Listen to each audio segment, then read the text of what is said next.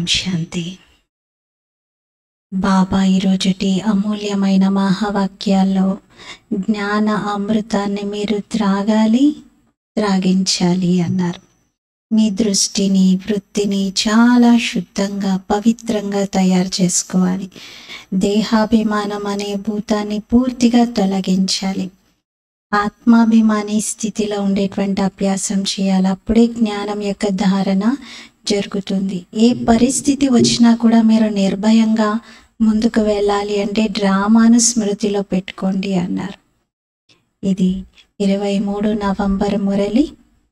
मीठे बच्चे, देह अभिमान है रुलाने वाला, देही अभिमानी बनो तो पुरुषार्थ ठीक होगा, दिल में सच्चाई रहेगी, बाप को पूरा फॉलो कर सकेंगे.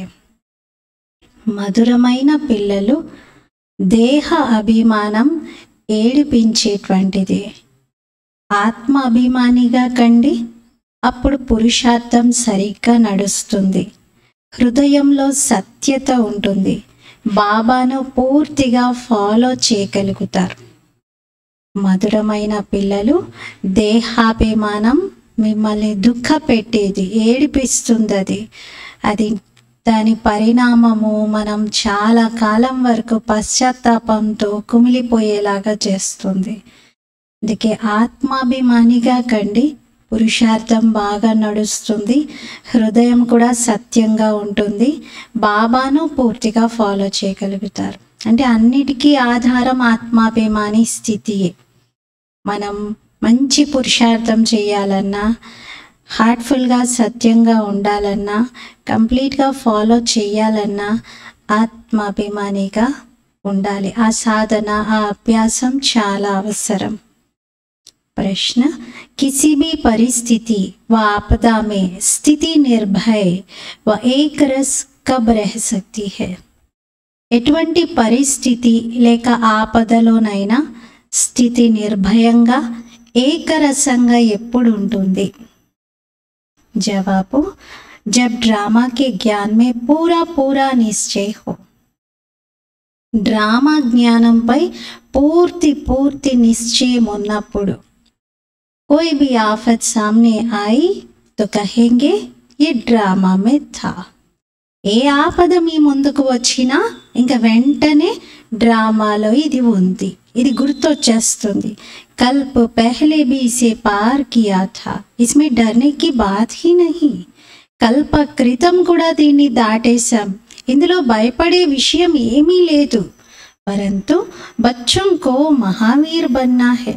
కానీ పిల్లలు మహావీరులుగా అవ్వాలి.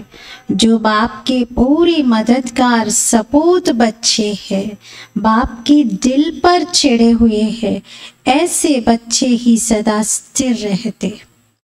ఎవరైతే బాబాకు పూర్తి సహయోగి సుపుత్రులుగా ఉన్న పిల్లలు ఉంటారో, బాబా హృదయం పైన ఎక్కి ఉన్నారో, ఇటువంటి సదా స్థిరంగా ఉండే పిల్లలు, వారి స్థితియే ఏకరసంగా ఉంటుంది.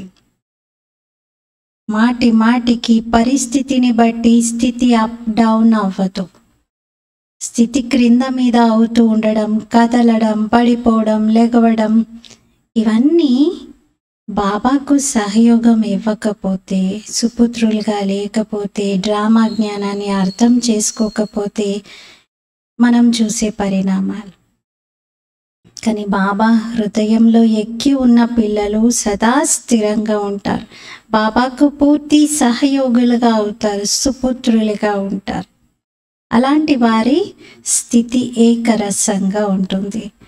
గీత్, ఓ దూర్ కే ముసాఫిర్ హమ్కో భీ సాత్ లే చల్. ఓ దూరపు బాటసారి, మమ్మల్ని మీ వెంట తీసుకెళ్ళండి అని పాట. ఓం శాంతి. जब विनाश का समय होता है तो कुछ बच तो जाते ही है. राम की सेना या रावण की सेना, दोनों से बचते जरूर है. ఎప్పుడైతే వినాశనం జరుగుతుందో అప్పుడు కొద్ది మంది అయితే తప్పకుండా మిగిలి ఉంటారు. రాముడి సైన్యం వైపు నుండి కొంతమంది, రావణ సైన్యంలోనూ కొందరు మిగిలి ఉంటారు. తో రావణ్ కి సేన చిల్లాతి హై. మరి మిగిలి ఉన్న రావణ సైన్యంలోని వారు అరుస్తూ ఉంటారు. एक तो हम साथ नहीं गए और फिर पिछाड़ी में बहुत तकलीफ होती है क्योंकि त्राही त्राही बहुत होती है. ఒకటేమో వారు తోడు వెళ్ళలేదు రావణుడితో పాటుగా, ఇంకొకటేమో వారు వెనక మిగిలిపోయి ఉండి చాలా కష్టపడుతూ ఉన్నారు. త్రాహి త్రాహి అంటూ దుఃఖంతో యాచిస్తూ ఆ బాధల నుండి విడిపించమని కోరుతున్నారు. तुम बच्चों में भी अनन्य जो है वही लायक होंगे विनाश देखने के. పిల్లలు మీలో కూడా ఎవరైతే అనన్యమైన వారిగా ఉంటారో, యోగ్యులుగా ఉంటారో వారే వినాశనాన్ని చూడగలుగుతారు. అనన్యమైన పిల్లలే వినాశన దృశ్యాలని, అంతిమ చివరి దృశ్యాలని చూడటానికి యోగ్యులు. వారు చాలా ధైర్యస్తులుగా ఉంటారు. ఈ విధంగా అంగదుని గురించి చూపిస్తారు కదా, అంగదుడు ఎంత స్థిరంగా ఉండేవాడు అని. వినాశనము మీరు పిల్లలు తప్ప ఇంకెవ్వరూ చూడలేరు. ఎంతగా త్రాహి త్రాహి అంటూ పిలుస్తారంటే, క్షమించండి, ఇంకా మా తప్పు మేము గ్రహించాము, ఇంకా మేము అలా చెయ్యము, మమ్మల్ని కాపాడండి, రక్షించండి అనే పిలుపులు త్రాహి త్రాహి అంటూ పిలుస్తూ ఉంటారు. ఈ విధంగా ఆపరేషన్స్ జరుగుతున్నప్పుడు ఎవరు ఎదురుగా నిలబడి చూడలేరు కదా. కళ్ళ ముందు మొత్తం పేగులన్నీ ఓపెన్ చేసి చూపిస్తూ ఉంటే దానికి చక్కెర వచ్చి కొంతమంది పడిపోతారు కూడా. మీరు అటువంటి అనేక దృశ్యాలు వినాశనంలో చూస్తారు. హాహాకారాలు జరుగుతూ ఉంటాయి. ఎవరైతే అనన్యమైన పిల్లలుగా ఉంటారో, బాబాకు సహయోగులుగా సుపుత్రులైన పిల్లలుగా ఉంటారో వారే హృదయం పైన ఎక్కి ఉంటారు. హనుమాన్ को एक नहीं था जब सब हनुमान महावीरों की ही माला है. హనుమంతుడంటే ఒక్కరు కాదు, మీరెంతో మంది హనుమంతులుగా మహావీరులుగా ఉన్నారు. మీదే మాల అంటున్నారు.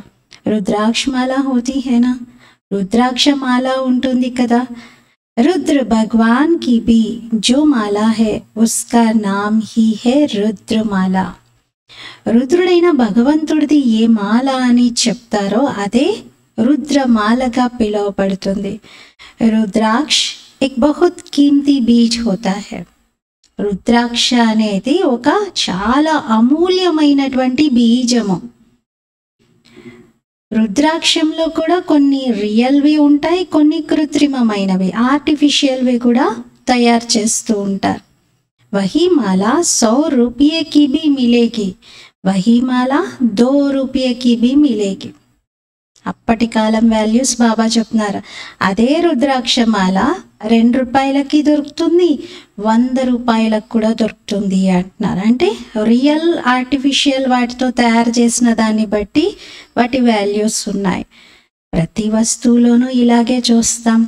బాబా వజ్రతుల్యంగా తయారు చేస్తున్నారు. దానితో పోలిస్తే ఇక్కడైతే అన్నీ ఆర్టిఫిషియల్వే ఉన్నాయి. సత్యమైన పరమాత్ముని ఎదురుగా అందరూ వర్త్ నాటే పెన్నీగా ఉన్నారు. ఒక సామెత ఉంది కదా, సూర్యుడి ముందు దీపం పెట్టినట్లు అని, లేదా సూర్యుడి ముందు చీకటి దాగిపోతుంది అంటారు. ఇప్పుడు ఇక్కడైతే జ్ఞాన సూర్యుడు ఉన్నారు. వారి ఎదురుగా అజ్ఞానం అనే చీకటి దాగి ఉండలేదు, దాక్కొని కూడా ఉండలేదు. అజ్ఞాన చీకటే ఉండదు అంటున్నారు. మీరు సత్యమైన తండ్రి సత్యమైన జ్ఞానాన్ని మీకు వినిపిస్తున్నారు. వారి ద్వారా మీకు సత్యం లభించింది. మీకు తెలుసు సత్యమైన ఈశ్వరుడైన తండ్రి గురించే మనుషులు ఈ విషయాలన్నీ చెప్పారు. మనుషులు చెప్పినవైతే అన్నీ అసత్యమే చెప్తూ వచ్చారు. సత్యమైన తండ్రి గురించి మనుషులు అసత్యం ఏం చెప్పారు? సర్వవ్యాపి అని, అంతటా ఉన్నాడు, అందరిలో ఉన్నాడు అని చెప్పారు. ఇప్పుడు బాబా అర్థం చేయిస్తున్నారు, గీతా భగవంతుడైతే శివుడు, అంతేకాని దైవీ గుణాలు కలిగిన దేవత కృష్ణుడు కాదు. ఇప్పుడు ఇది సంగమయుగం, తర్వాత ఇది సత్యయుగంగా మారుతుంది. శ్రీకృష్ణుని ఆత్మ ఇప్పటికీ జ్ఞానాన్ని తీసుకుంటూ ఉంది.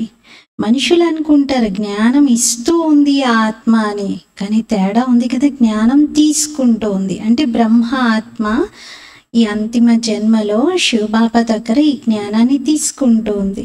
ఎంత తేడా ఉంది చూడండి చెప్పడంలో. మరి వారేమో తండ్రి బ్రహ్మ, ప్రజాపిత తండ్రి, పితగా ఉన్నారు, చదువుకుంటున్నారు, జ్ఞానం తీసుకుంటున్నారు, కానీ ప్రజాపితగా ఉన్నారు. శ్రీకృష్ణుడైతే బాలుడు, అబ్బాయిగా ఉన్నాడు. బాప్ కో ఎక్దమ్ గుమ్ కర్ దియా హై और बच्चे का नाम डाल दिया है. తండ్రిని పూర్తిగా మర్చిపోయారు, అబ్బాయి పేరును పూర్తిగా వేసేశారు, అబ్బాయినే ప్రత్యక్షం చేసేసారు. కానీ శివబాబా ఈ జ్ఞానం వినిపించారు అనేది తెలియట్లేదు. ఆగే చల్కర్ ఆఖే సచ్ నికల్ పడేగా. ఇంకా ముందుకు వెళ్తే చివరికి ఒక రోజు అందరికీ సత్యం తెలుస్తుంది. మొదటి ముఖ్యమైన విషయమే ఇది. సర్వవ్యాపి అని ఎందుకు అనుకున్నారు? ఎందుకంటే గీతలో శ్రీకృష్ణుని పేరు వేశారు కాబట్టి సర్వవ్యాపి అనుకున్నారు. ఈ విషయాలు మీకే తెలుసు. శ్రీకృష్ణుడు లేక దేవీ దేవతల ఆత్మలు 84 జన్మలను పూర్తిగా తీసుకుంటారు. గాయనం ఉంది కదా, ఆత్మ పరమాత్మ వేరై చాలా కాలమైంది అని. మరి మనమే ఆత్మలం.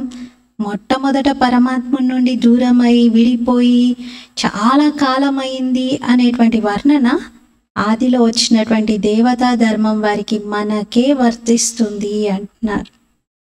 బాకీ సబ్ ఆత్మాయతో బాబాకి సాత్ వహా రేతి హై. మిగతా ఆత్మలందరైతే బాబా తోడుగా అక్కడే ఉంటారు. మనం రాజ్యం చేస్తూ ఉంటే మనకి డిస్టర్బెన్స్ అవ్వకుండా బాబా మిగతా అందరినీ సైలెంట్గా పరంధామంలో పడుకోబెట్టేస్తారు. వాళ్ళందరూ లేటుగా వస్తారు. ఇస్కా అర్థ కోయినా హీ సమజ్తే. దీని అర్థం ఎవరికి తెలియట్లేదు. తుమ్హారే మీ భీ కోయి విర్లే హై జో యథార్థ రీతి సమజా సక్తే హై. మీలో కూడా అతి కష్టంగా యథార్థంగా అర్థం చేయించే పిల్లలు కొందరు తయారవుతున్నారు అంటున్నారు. దేహాభిమానము చాలా ఏడిపిస్తుంది. ఆత్మాభిమానిగా ఉంటేనే పురుషార్థం బాగా నడుస్తుంది, ధారణ కూడా మంచి రీతిగా చేయగలుగుతారు. అందుకే బాబా దీన్ని ఫాలో ఫాదర్ చేయడం అని అంటారు అంటున్నారు. బ్రహ్మ బాబా చేసిన మొదటి పురుషార్థం ఇదే కదా. బ్రహ్మ బాబా పూర్తి నిరాకారి స్థితి యొక్క అభ్యాసం చేశారు, శివబాబాని ఫాలో అయ్యారు. ఆత్మాభిమాని స్థితిలో ఉండేందుకు ఎన్ని ప్రయత్నాలు చేయాలో అన్ని చేశారు. రాయడము చేశారు, అందరినీ ఆ దృష్టితో చూడడం చేశారు. తన స్థితిలో కూడా ప్రతిసారి ఆత్మికంగా ఉండేందుకు చాలా అటెన్షన్ ఇచ్చారు. అలా బాబా అన్నారు ఫాలో ఫాదర్ చేయండి. యాక్ట్ మే బీ ఫాదర్ ఆతే హే, ఫాదర్ తో దోనో హో జాతే హే. మన కర్తవ్యంలో మన కర్మల్లో కూడా ఫాదర్ కనిపించాలి. అంటే పిత పరమాత్ముని యొక్క పిల్లలము అనేది కనిపించాలి. ఇంకొకటి ఇద్దరు తండ్రులు కదా మనకి. శివబాబాను మనం నిరాకారి ఆత్మిక స్థితిలో ప్రత్యక్షం చేయాలి. కర్మల్లో చూస్తే సాకారంగా బ్రహ్మ బాబా, ఎలా శివబాబా బ్రహ్మ బాబా ద్వారా తన కర్మలని వ్యక్తపరిచారు, మరి అది కనిపించాలి మనకి. మన ద్వారా అందరికీ ये कौन सा फादर कहते हैं सो तुमको थोड़ी पता पड़ता है.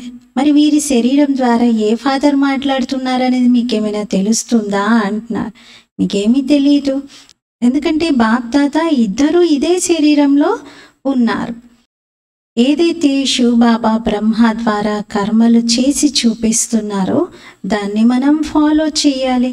బాబా అర్థం చేయిస్తారు, పిల్లలు ఆత్మాభిమానిగా కండి. చాలామంది పిల్లలు దేహాభిమానిగా ఉన్నారు, ఎందుకంటే బాబాను జ్ఞాపకమే చేయట్లేదు. ఎవరైతే యోగిగా లేరో వారిలో ధారణ కూడా జరగదు. ఇక్కడ సత్యత కావాలి, పూర్తిగా ఫాలో చేయాలి. ఏది వింటారో అది ధారణ చేసి అర్థం చేయించాలి. నిర్భయంగా ఉండాలి. డ్రామా పట్టాపైన స్థిరంగా నిలబడాలి. ఏవైనా ఆపదలు వచ్చాయి అంటే డ్రామా అనుకోవాలి. అంటే ఇంకా గతం గతః గడిచిపోయింది. డ్రామాలో గత కల్పంలో అలా జరిగింది, ఇప్పుడు కూడా జరిగింది అని భావించాలి.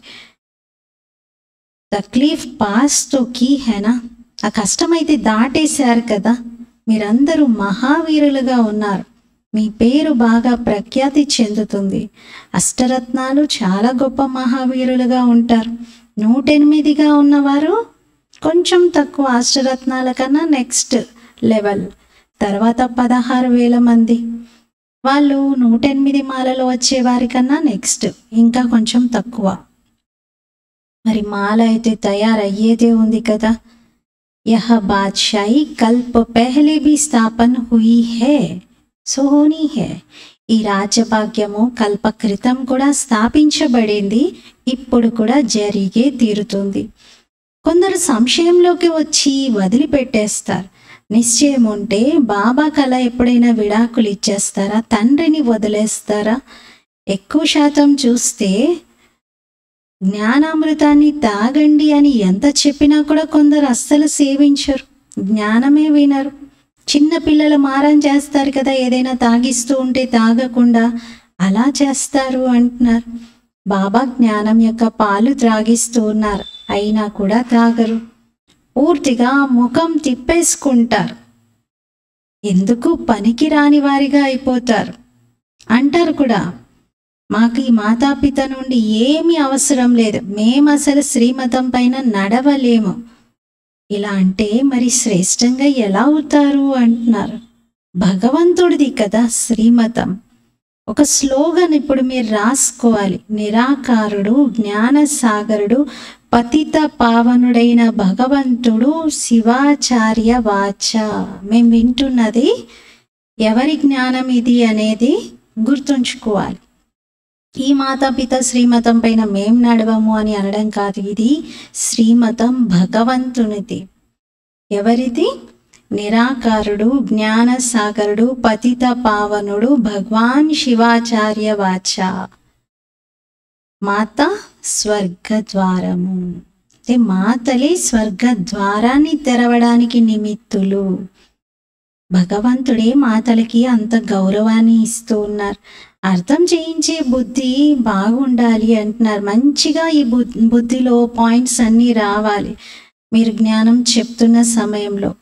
స్టూడెంట్స్ అందరూ నంబర్ వారీగా ఉంటారు. డ్రామాలో తమ తమ పాత్రని పోషిస్తూ ఉన్నారు. దుఃఖంలో భగవంతుణ్ణి అందరూ జ్ఞాపకం చేస్తారు. దూర దేశం నుండి బాబా వస్తారు, మనం ఆత్మలము అక్కడ ఉన్న భగవంతుని జ్ఞాపకం చేస్తున్నాం. దుఃఖంలో అందరూ స్మరిస్తారు, సుఖంలో ఒక్కరు కూడా స్మరించరు. ఇప్పుడైతే దుఃఖ ప్రపంచం ఉంది. ఇవి అర్థం చేయించడం చాలా సహజం. మొట్టమొదట బాబా మనందరికీ తండ్రి అనేది అర్థం చేయించాలి. వారే స్వర్గ స్థాపన చేసేవారు. మరి మనం ఆ తండ్రి పిల్లలుగా ఉన్నప్పుడు ఆ స్వర్గానికి యజమానిగా ఎందుకయ్యే పురుషార్థం చేయకూడదు? మన తండ్రి స్వర్గ స్థాపకుడుగా ఉన్నప్పుడు మనం స్వర్గం యొక్క రాజ్యభాగ్యం తీసుకోవాలి కదా. ఇది కూడా తెలుసు, అందరూ వారసత్వం అయితే తీసుకోలేరు, స్వర్గానికి అందరూ అయితే రాలేరు. స్వర్గమే మొత్తం అంతటా ఉండి అందరూ అక్కడికే వచ్చేస్తే ఇంకా నరకం అనేది ఉండనే ఉండదు, వృద్ధే జరగదు. ఇంకా यह तो गाया हुआ है भारत अविनाशी खंड अर्थात अविनाशी बाप का बर्थ प्लेस है. ఇదైతే గాయనం చేయబడి ఉంది. భారతదేశం అవినాశి ఖండము, అవినాశి తండ్రికి ఇది జన్మభూమి. భారతదేశమే స్వర్గంగా ఉండేది. మనం చాలా సంతోషంతో చెప్తాం 5,000 సంవత్సరాల పూర్వమే ఇక్కడ స్వర్గం ఉండేది అని. నిజంగా స్వర్గానికి యజమానులుగా ఉన్న చిత్రాలు కూడా ఉన్నాయి కదా. అంటారు క్రైస్ట్కి పూర్వం 3,000 సంవత్సరాల క్రితం భారతదేశం స్వర్గంగా ఉండేది అని. నిజంగా భారతదేశంలోని సూర్యవంశీ చంద్రవంశీయులు ఉండేవారు. చిత్రాలైతే అనేకంగా ఉన్నాయి. ఎంత సింపుల్గా సహజంగా ఉన్నాయి ఈ విషయాలు. బుద్ధిలో ఈ నాలెడ్జ్ నడుస్తూ ఉండాలి. బాబా వినిపించినటువంటి ఆత్మజ్ఞానం ఈ నాలెడ్జ్ మనం ధారణ చేసి ఇతర ఆత్మలందరికీ ధారణ చేయించాలి. బాబా అయితే ఉన్నదే నాలెడ్జ్ఫుల్. తర్వాత ఏమంటారు? ప్రజాపిత బ్రహ్మ ద్వారా నేను రాజయోగాన్ని నేర్పిస్తున్నాను అంటారు. దీంతో మీరు రాజాది రాజులుగా అవుతారు. తర్వాత ఈ నాలెడ్జ్ అంతా ప్రాయలోపం అవుతుంది. ఇప్పుడు ఈ జ్ఞానము మీకు తిరిగి లభిస్తుంది, మళ్ళీ లభిస్తుంది. మరి పిల్లలు ఛాలెంజ్ చెయ్యాలి. ఇందులో చాలా ఫస్ట్ క్లాస్ బుద్ధి కావాలి. మేము ఏదేమైనా సరే ఈ జ్ఞానాన్ని ధారణ చేసి తీరుతాము అని ఛాలెంజ్ చెయ్యాలి. బాబా ఎప్పుడు కూడా తన వద్ద ఏ ఉన్నతమైనటువంటి వస్తువును పెట్టుకోరు. ఒకవేళ ఏదైనా కొత్త వస్తువు వచ్చినా అది పిల్లల సేవ కోసమే అని పిల్లల కోసమే ఉపయోగిస్తారు. తను మాత్రం ఉపయోగించరు. ఇన్ని భవనాలు తయారు చేశారు, ఇన్ని బిల్డింగ్స్ తయారయ్యాయి పిల్లలు ఉండడానికే. లేకపోతే ఇంతమంది పిల్లలు వచ్చి ఎక్కడ ఉంటారు? త్రికాలదర్శి తండ్రి పిల్లల సంఖ్య చాలా వృద్ధి చెందుతుంది అని పిల్లల కోసం ఏర్పాట్లు చేయిస్తూ ఉంటారు. ఒకరోజు ఈ అన్ని భవనాలు మీ చేతుల్లోకి వస్తాయి అంటున్నారు. బాబా అన్నట్లుగానే ఇప్పుడు పాండవ భవనం చుట్టూ ఉన్నటువంటి ఎన్నో బిల్డింగ్స్ మనవే ఉన్నాయి. ఒకప్పుడు లేవు. బ్రహ్మ బాబా సాకారంగా ఉన్నప్పుడు లేనివి బాబా అన్నారు. బాబా వరదానం ఇచ్చారు అంతే. ఆ తర్వాత అన్ని చుట్టూ ఎన్నో బిల్డింగ్స్ మనవిగా అయిపోయాయి. భగవాన్ కి దర్ పర్ భక్తోं की भीड़ तो होनी ही है ना. భగవంతుడి ద్వారం వద్ద భక్తుల రద్దీ అయితే పెరిగేదే ఉంటుంది కదా. వాళ్ళైతే చాలా మందిని భగవంతునిగా చేసేసుకున్నారు. ప్రాక్టికల్గా అయితే ఇక్కడ మీకు తెలుసు కదా, మీరు అర్థం చేసుకుంటున్నారు ఇక్కడ ఎంత రష్ ఉండాలి, ఎంతగా అనేక మంది భక్తుల యొక్క రాక జరగాలి అనేది మీరు తెలుసుకున్నారు. ఇక్కడ ప్రపంచంలో అయితే అంధశ్రద్ధ బాగా ఉంది. మేళాలు ఏర్పాటు చేస్తారు, చాలా మంది గుంపులు గుంపులుగా వెళ్తారు. ఒక్కోసారి అయితే పరస్పరంలో పోట్లాడుకుంటారు కూడా. ఆ రష్లో ఎంతో మంది తొక్కిసలాటలో మరణిస్తారు కూడా. చాలా నష్టం జరుగుతుంది. మరి బాబా మళ్ళీ స్వదర్శన చక్రం చాలా బాగుంటుంది అంటున్నారు. మళ్ళీ మన స్థితి వైపు, జ్ఞానం ధారణ వైపు అటెన్షన్ ఇప్పిస్తున్నారు. స్లోగన్స్ కూడా మీరు రాయాలి.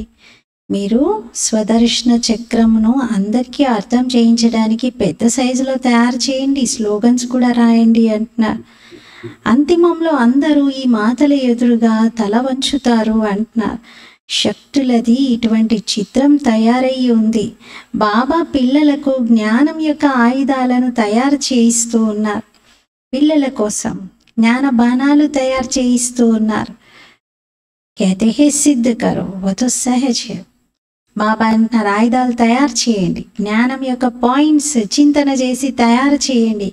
ఏ పాయింట్తో అయితే అందరు ఈజీగా అర్థం చేసుకుంటారో, వారి మనసుకు తగులుతుందో ఆలోచించండి అంటారు. ఇదైతే సహజం. భక్తులు భగవంతుని జ్ఞాపకం చేస్తారు, సాధువులు సాధన చేస్తారు భగవంతుని కలుసుకోవడానికి. గాడ్ని ఫాదర్ అంటారు. నిజంగా మనం వారి సంతానంగా ఉన్నాం. బ్రదర్హుడ్ అంటారు కదా. చైనా, హిందూ అందరు కూడా బాయి బాయి అని చెప్తారు. బాబా అన్నారు అందరూ పరస్పరం సోదరులు, పరమాత్ముని పిల్లలుగా ఉన్నప్పుడే పిలువబడతారు. అంతేకాని మేము వేర్వేరు మతాలము అందరం సోదరులము అంటే దేహదారి లెక్కతో చూసినప్పుడు మనం సోదరులుగా పిలువబడతాం కదా. ఆత్మల రూపంలో అందరం సోదరులం, మనందరికీ తండ్రి ఒక్కరే. దైహిక రూపంలో అయితే మరి సోదరుల మధ్యలో వికారీ దృష్టి ఉండకూడదు. ఇది బాబా ఇక్కడ యుక్తిని నేర్పిస్తున్నారు పవిత్రంగా ఉండటానికి. బాబా కామం మహాశత్రువు అని చెప్తున్నారు. కానీ ఇది అర్థమైతే కదా. ముఖ్యమైన విషయము భగవంతుడు అందరికీ తండ్రి, వారే స్వర్గ స్థాపన చేసేవారు. మరి తప్పనిసరిగా తండ్రి నుండి వారసత్వం లభిస్తుంది. వారసత్వం ఇచ్చారు, ఇప్పుడు మనం పోగొట్టుకున్నాం, మళ్ళీ తీసుకుంటున్నాం. ఇది సుఖ దుఃఖాల ఆట. ఇది మంచి రీతిగా అర్థం చేయించాలి. అచ్చా, मीठे मीठे सिखिलते बच्चों प्रति माता पिता बाप दादा का याद प्यार और गुड मॉर्निंग। रूहानी बाप की रूहानी बच्चों को नमस्ते। हम रूहानी बच्चों की रूहानी बाप दादा को याद प्यार गुड मॉर्निंग और नमस्ते। मेरा बाबा मीठा बाबा प्यारा बाबा शुक्रिया बाबा। धारण कोसम मुख्य सारम। సత్యతను ధారణ చేసి బాబా చేసే ప్రతి కర్మను ఫాలో చేయాలి. జ్ఞాన అమృతాన్ని త్రాగాలి మరియు త్రాగించాలి. నిర్భయంగా అవ్వాలి. సెకండ్ పాయింట్, మనం భగవంతునికి పిల్లలం, పరస్పరంలో సోదరులం. ఈ స్మృతితో తన దృష్టి వృత్తిని పవిత్రంగా తయారు చేసుకోవాలి. ఫస్ట్ పాయింట్లో బాబా కంప్లీట్ ఫాలో అవ్వండి. తండ్రి ఏ కర్మలు చేసి చూపించారో బ్రహ్మ ద్వారా అది మీరు ఫాలో చేయండి అంటున్నారు. మనం జ్ఞానం వినాలి, వినిపించాలి. వినాల్సిన దృశ్యాలు చూడడానికి నిర్భయంగా కూడా అవ్వాలి. డ్రామా పట్ట గుర్తుంచుకోవాలి, దాంతో నిర్భయంగా కాగలుగుతాం. సెకండ్ పాయింట్లో బాబా దృష్టి విషయం చెప్తున్నారు. అందరం ఒక్క తండ్రి పిల్లలం, పరస్పరం సోదరులం అని గుర్తుంచుకుంటే వికారి దృష్టి ఉండదు. దృష్టి వృత్తి పవిత్రంగా శుద్ధంగా తయారవ్వాలి. वरदान, हर एक की विशेषता को देखते उन्हें सेवा में लगाने वाले दुआओं के पात्र भव. ప్రతి ఒక్కరి విశేషతను చూస్తూ వాటిని సేవలో ఉపయోగించే ఆశీర్వాదాలకు పాత్ర భవ. ప్రతి ఒక్కరి విశేషతను చూస్తూ సేవలో ఉపయోగించేటువంటి ఆశీర్వాదాలకు పాత్ర భవ. ఈ విధంగా బాప్దాదాకు ప్రతి ఒక్కరి పిల్లలలోని విశేషతతో ప్రేమ ఉంది. ప్రతి ఒక్కరిలో ఏదో ఒక విశేషత ఉంది, అందుకే అందరూ చాలా ప్రేమిస్తారు. మరి మీరందరూ కూడా అలాగే విశేషతను చూడండి. ఏ విధంగా హంస రత్నాలని ఏరుకుంటుంది, రాళ్లను కాదు. అలాగే మీరు హోలీ హంసలుగా ఉన్నారు. మీ కర్తవ్యం ప్రతి ఒక్కరి విశేషతను చూడటం మరియు వారి విశేషతను సేవలో ఉపయోగించటం. వారిని విశేషత యొక్క ఉమంగంలోకి తీసుకొచ్చి వారి ద్వారా వారి విశేషతను సేవలో వినియోగించండి. అప్పుడు వారి ఆశీర్వాదాలు మీకు బాగా లభిస్తాయి. వారు ఏ సేవ చేసినా దాంట్లో షేర్ మీకు తప్పకుండా లభిస్తుంది. దాంట్లో మీకు భాగస్వామ్యం ఉన్నట్టుగా అవుతుంది. అందుకే విశేషతలను బాబా ఎలా చూస్తున్నారో అలా మనం కూడా అందరిలో చూడాలి. ఆ విశేషతను పెంచేందుకు, సేవలో వినియోగించేందుకు మనం సహకరించాలి. స్లోగన్, బాప్ దాదా తోడుగా ఎలా కంబైన్డ్గా ఉండాలి అంటే మన ద్వారా ఇతరుల ద్వారా అందరికీ బాబా స్మృతి కలగాలి. మనల్ని చూడగానే ఇతరులకి బాబా గుర్తొచ్చేలాగా బాబాతో మనం కంబైన్డ్గా ఉండాలి. ఈరోజు స్వమానం, నేను ఆశీర్వాదాలకు పాత్రుడైన ఆత్మను. నేను ఆత్మను, సర్వుల ఆశీర్వాదాలకు పాత్రుడను. ఈరోజటి మురళిలో మాతేశ్వరి మమ్మ యొక్క మహావాక్యాలు ఉన్నాయి. తమోగుణి మాయాకా విస్తార్. టాపిక్ తమోగుణి మాయకు విస్తారం. సతోగుణి, రజోగుణి, తమోగుణి ఈ 3 శబ్దాలని వాడుతుంటారు. వీటిని యథార్థంగా అర్థం చేసుకోవటం అవసరం. మనుషులు అనుకుంటారు ఈ 3 గుణాలు కలిసే నడుస్తుంటాయి అని. కానీ వివేకం ఏం చెప్తుంది? ఈ 3 గుణాలు కలిసే వస్తాయా మన లోపలికి? లేక 3 గుణాల పాత్ర వేరు వేరు యుగంలో ఉంటుందా? ఒక్కసారి దీనిపైన ఆలోచించాలి. వివేకం ఏం చెప్తుందంటే ఈ 3 గుణాలు కలిసి నడవవు. ఎప్పుడు సత్యుగం ఉంటుందో అప్పుడు సతో గుణము మనలో ఎమర్జ్ అవుతుంది. ద్వాపర యుగం వచ్చినప్పుడు రజో గుణం ఉంటుంది. కలియుగంలో తమో గుణం ఉంటుంది. ఎప్పుడైతే సతోగా ఉంటారో అప్పుడు తమో రజో స్థితులు ఉండవు. ఎప్పుడైతే రజోగా ఉంటారో అప్పుడు ఇంకా సతో గుణము ఉండదు. కానీ మనుషులైతే ఈ గుణాలన్నీ కలిసే నడుస్తాయి అని భావించుకుంటూ ఉన్నారు. ఈ విషయము సరాసరి తప్పు అంటున్నారు. వాళ్ళేమనుకుంటున్నారు, మనుషులు సత్యం మాట్లాడినప్పుడు పాపకర్మలు చేయనప్పుడు సతోగుణిగా ఉన్నట్లు. కానీ వివేకం ఏం చెప్తుందంటే, మనం సతో గుణము అని చెప్తున్నామంటే చాలు, మొత్తం సతోగుణి స్టేజ్లోనే ఉండాలి. ఇంకా దాని అర్థం సంపూర్ణ సుఖము, మొత్తం సృష్టిలో సతోగుణి స్టేజ్ ఉండాలి. అంతేకాని సత్యం మాట్లాడినప్పుడు సతోగుణి, అబద్ధాలు మాట్లాడినప్పుడు కలియుగంలోని తమోగుణి అని ఇలా మాత్రం చెప్పరు. అది రైట్ కాదు. ఏ విధంగా ఒక రాజు గురువుని అడిగాడంట, స్వర్గం నరకం ఏంటో నాకు వివరించండి అని. అప్పుడు గురువు చెప్పాడంట, నువ్వు చాలా కోపంలో ఉంటే అదే నరకం, నువ్వు చాలా వినయంతో విధేయతతో క్షమాభావంతో ఉంటే అదే స్వర్గము అని. అలా అయితే కాదంటున్నారు. మనం స్వర్గంలో ఉన్నాము అంటే మొత్తం సృష్టి అంతా కూడా స్వర్గం యొక్క స్థితిగతులను కలిగి ఉండాలి. అంతేకాని కేవలం మన మనసులో ఏర్పడేటువంటి ఈ మార్పులతో స్వర్గం నరకం అని మాత్రం అనలేము. ఇప్పుడు మనం సత్యుగము అంటున్నామంటే మొత్తం సృష్టి అంతా సతో గుణంలో సతో ప్రధానంగా ఉండాలి. ఒకానొకప్పుడు ఆ సమయం ఉండేది, సత్యుగం ఉండేది. అంటే ఆ సమయంలో మొత్తం ప్రపంచమంతా సతోగుణిగా ఉండేది. ఇప్పుడు ఆ సత్యుగం లేదు. ఇప్పుడు ఇది కలియుగ ప్రపంచం. మొత్తం సృష్టిలో తమో ప్రధానత యొక్క రాజ్యం ఉంది. ఈ తమోగుణి సమయంలో సతోగుణం ఎక్కడి నుండి వస్తుంది? ఇది ఘోర అంధకారం. దీన్నే బ్రహ్మ రాత్రి అంటారు. బ్రహ్మ పగలు అనేది సత్యుగం, బ్రహ్మ రాత్రి అనేది కలియుగం. మరి రెండిటిని ఎలా కలిపేస్తారు? అచ్చా. ఓం శాంతి.